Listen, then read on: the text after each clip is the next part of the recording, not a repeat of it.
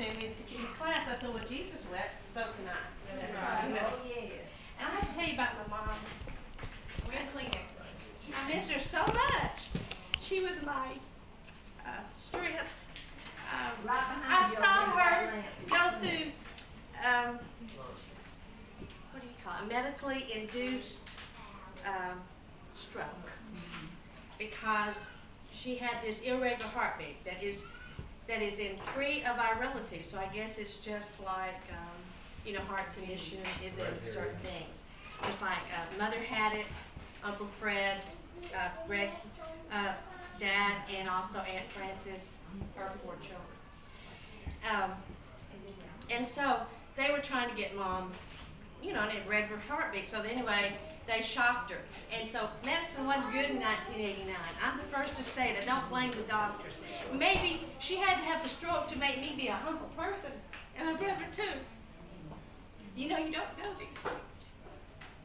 But anyway, they shocked her, and the hidden blood clot behind her heart flew to her brain, and it knocked out her speech. And she talked real funny. I know one time Mike Durbin, thank you for letting Mother stay out there at the split rail. And the reason why I know she did, your mother said, take care of her. Mike, where are you, Mike? You're right there. I'm sorry, Mike.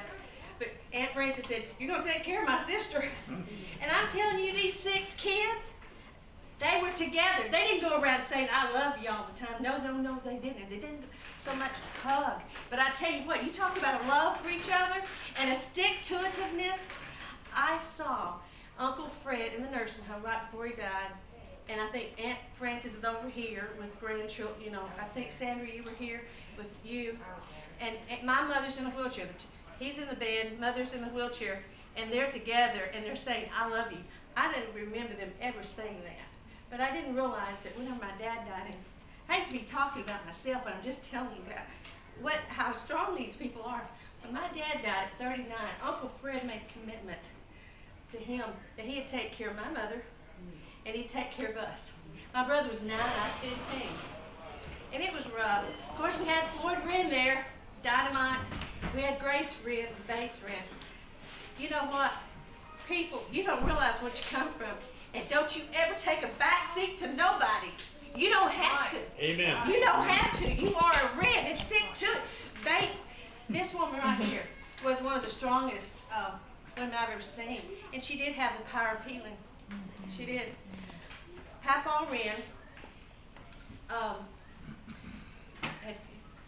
Mother's driving the car. This was Thank you. Mother's driving the car. You didn't argue with Floyd Wren. They were going to Uncle Edgar and Aunt Glenn. Y'all know, lived down in Sutton. You remember Mildred's mom and dad, Mildred Mary.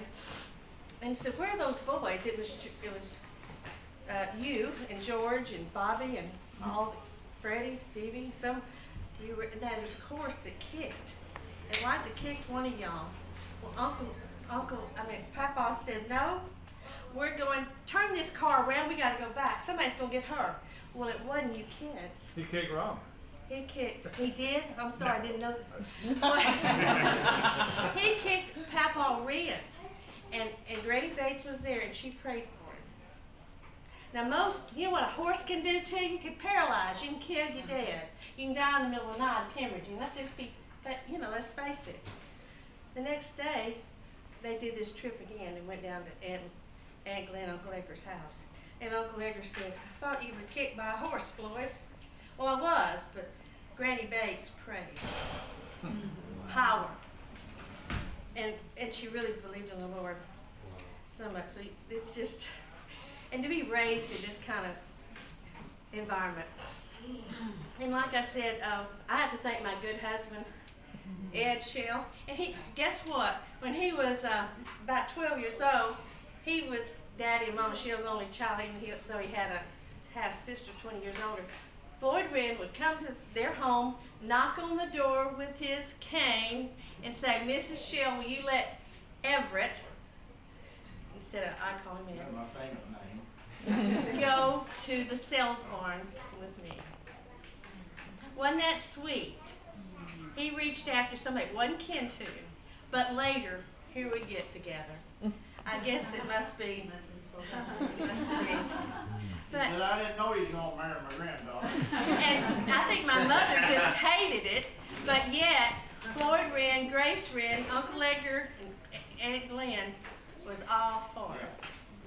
Mother said you're gonna get sheriff here.